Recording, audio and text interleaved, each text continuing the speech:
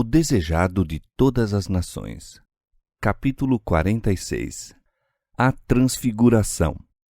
Este capítulo se baseia em Mateus capítulo 17, versos 1 a 8, Marcos capítulo 9, versos 2 a 8 e Lucas capítulo 9, versos 28 a 36. Vai baixando a noite quando Jesus chama para junto de si 3 de seus discípulos, Pedro, Tiago e João, e os conduz através dos campos e por acidentada vereda a uma deserta encosta de montanha. O Salvador e os discípulos tinham passado o dia viajando e ensinando, e a subida da encosta lhes acrescenta a fadiga. Cristo aliviara o fardo do espírito e do corpo de muitos sofredores.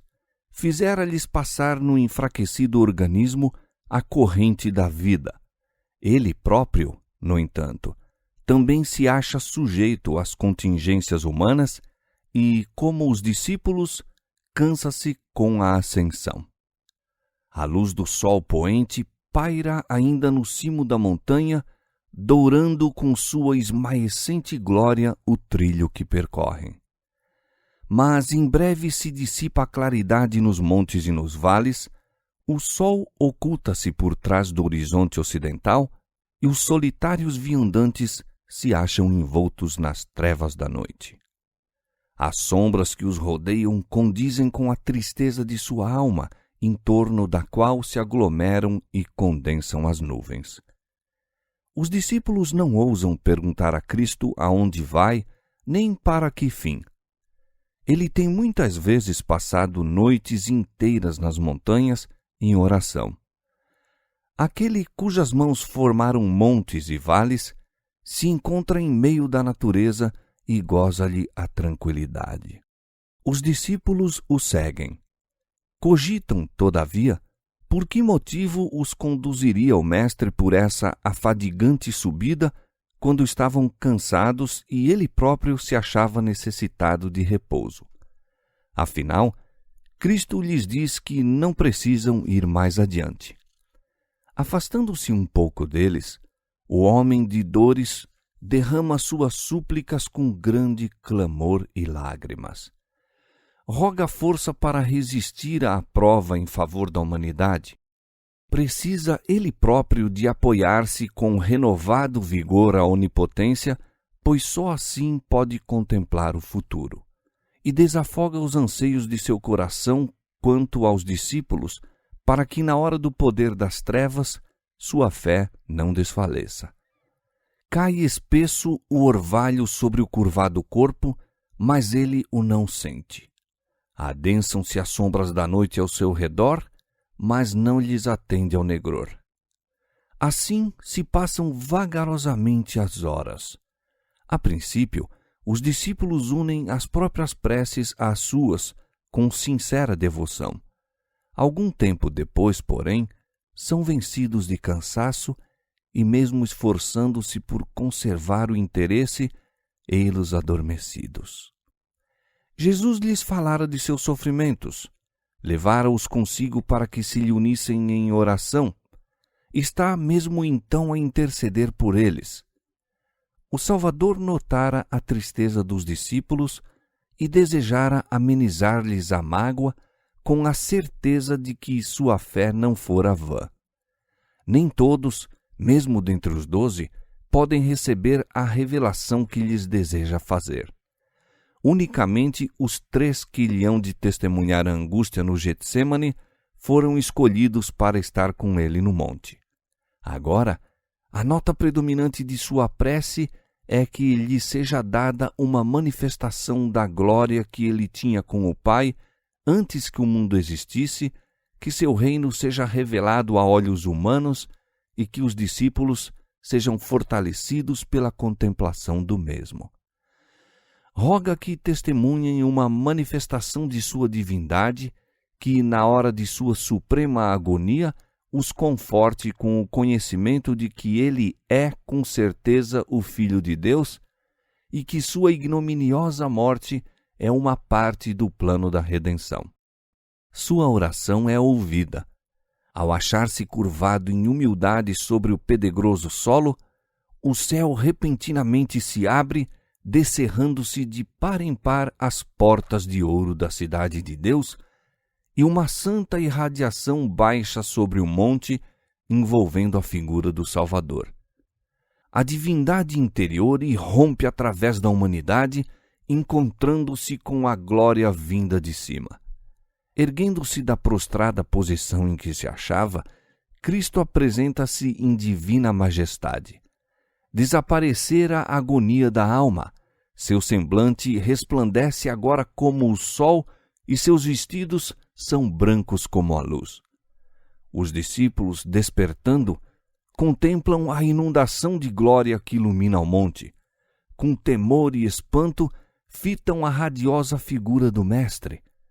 Ao poderem resistir à assombrosa luz, veem que Cristo não se encontra só. Ao seu lado acham-se 2 seres celestiais entretidos em íntima conversa com ele. São Moisés, que falara com Deus sobre o Sinai, e Elias, a quem foi concedido o alto privilégio, outorgado unicamente a mais outro dos filhos de Adão, de não passar sob o poder da morte.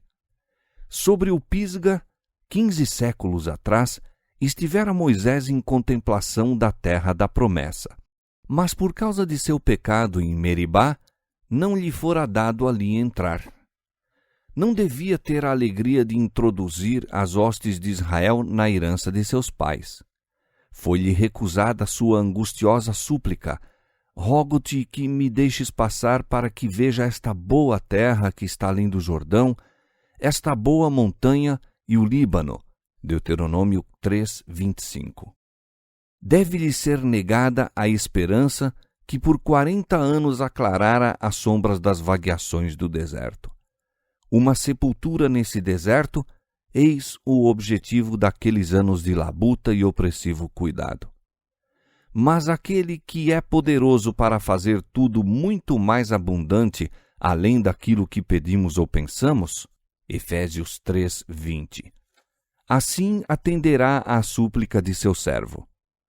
Moisés passou sob o domínio da morte, mas não devia permanecer na sepultura. O próprio Cristo o chamou à vida. Satanás, o tentador, reclamara o corpo de Moisés por causa de seu pecado, mas Cristo, o Salvador, o tirara da tumba. Judas, verso 9. Moisés, sobre o monte da transfiguração, era um testemunho da vitória de Cristo sobre o pecado e a morte. Representava os que sairão do sepulcro na ressurreição dos justos. Elias, que fora transladado ao céu sem ver a morte, representava os que se hão de achar vivos na terra por ocasião da segunda vinda de Cristo e que serão transformados num momento, num abrir e fechar de olhos ante a última trombeta, quando isto que é mortal se revestir da imortalidade e isto que é corruptível se revestir da incorruptibilidade. 1 Coríntios capítulo 15, versos 51 a 53. Jesus estava revestido da luz do céu, como há de aparecer quando vier a segunda vez, sem pecado para a salvação.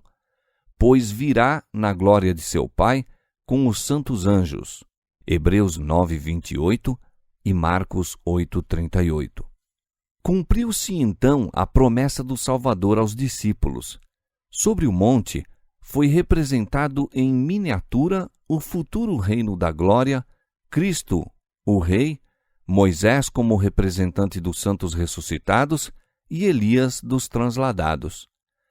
Os discípulos ainda não compreendem a cena, mas regozijam-se de que o paciente mestre, o manso e humilde, que tem vagueado para cá e para lá como desamparado peregrino, seja honrado pelos favorecidos do céu. Creem que Elias veio para anunciar o reino do Messias e que o domínio de Cristo está prestes a se estabelecer na terra. A lembrança de seu temor e decepção querem eles banir para sempre. Ali onde se revela a glória de Deus, desejam demorar-se. Pedro exclama: Mestre, bom é que nós estejamos aqui e façamos 3 cabanas, uma para ti, outra para Moisés e outra para Elias. Os discípulos estão confiantes que Moisés e Elias foram enviados para proteger seu mestre e estabelecer-lhe a autoridade de rei. Antes da coroa, no entanto, é preciso que venha a cruz. Não a consagração de Cristo como rei, mas a morte a verificar-se em Jerusalém é objeto da conferência deles com Jesus. Levando a fraqueza da humanidade e oprimido com a dor e o pecado da mesma, andava Jesus sozinho por entre os homens. À medida que sobre ele se adensavam as trevas da vindoura provação, seu espírito se sentia isolado num mundo que o não conhecia. Mesmo seus amados discípulos, absorvidos com sua própria dúvida, pesares e ambiciosas esperanças, não tinham compreendido o mistério de sua missão. Ele vivera na comunhão e no amor do céu. No mundo que ele próprio criara, no entanto, encontrava-se em soledade. Então enviara o céu seus mensageiros a Jesus, não anjos, mas homens que suportaram sofrimentos e tristezas e estavam aptos a sentir com o Salvador na prova de sua existência terrestre. Moisés e Elias foram colaboradores de Cristo, partilharam de seus anseios em torno da salvação dos homens. Moisés intercedera por Israel. Agora, pois, perdoa o seu pecado, se não, risca-me, peço-te, do teu livro que tens escrito. Êxodo 32:32. Elias conhecera a soledade de espírito quando por 3 anos e meio de fome suportara o peso do ódio e da miséria da nação. Sozinho mantivera-se na defesa de Deus sobre o Monte Carmelo. Sozinho fugira para o deserto em angústia e desespero. Esses homens, escolhidos de preferência a todos os anjos que rodeiam o trono, tinham vindo conversar com Jesus acerca das cenas de seu sofrimento e confortá-lo com a certeza da simpatia do céu. A esperança do mundo, a salvação de toda criatura humana, eis o assunto de sua entrevista. Por haverem sido vencidos pelo sono, os discípulos pouco ouviram do que se passara entre Cristo e os mensageiros celestiais. Deixando de vigiar e orar, não receberam o que Deus lhes desejava dar, o conhecimento dos sofrimentos de Jesus e da glória que se havia de seguir. Perderam a bênção que lhes teria cabido, houvessem eles participado de seu sacrifício. Tardios de coração eram esses discípulos, tão pouco sabendo apreciar o tesouro com que o céu os buscava enriquecer. Receberam, contudo, grande luz. Foi-lhes assegurado que todo o céu sabia do pecado da nação judaica em rejeitar a Cristo. Foi-lhes proporcionado mais claro conhecimento da obra do Redentor. Viram com os próprios olhos e com os próprios ouvidos ouviram coisas que estavam além da compreensão do homem.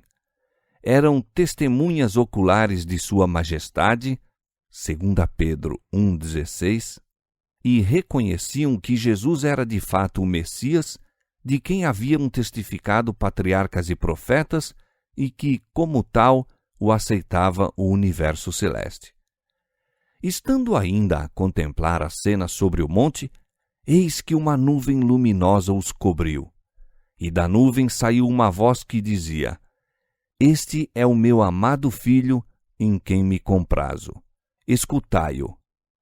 Ao contemplarem a nuvem gloriosa, mais resplandecente do que aquela que ia adiante das tribos de Israel no deserto, ao ouvirem a voz de Deus falando em terrível majestade, fazendo tremer a montanha, os discípulos caíram por terra. Ali permaneceram prostrados, o rosto oculto, até que Jesus se aproximou e os tocou, dissipando os temores com sua conhecida voz: Levantai-vos e não tenhais medo. Aventurando-se a erguer os olhos, viram que a glória celestial se dissipara e as figuras de Moisés e Elias haviam desaparecido. Estavam no monte a sós com Jesus.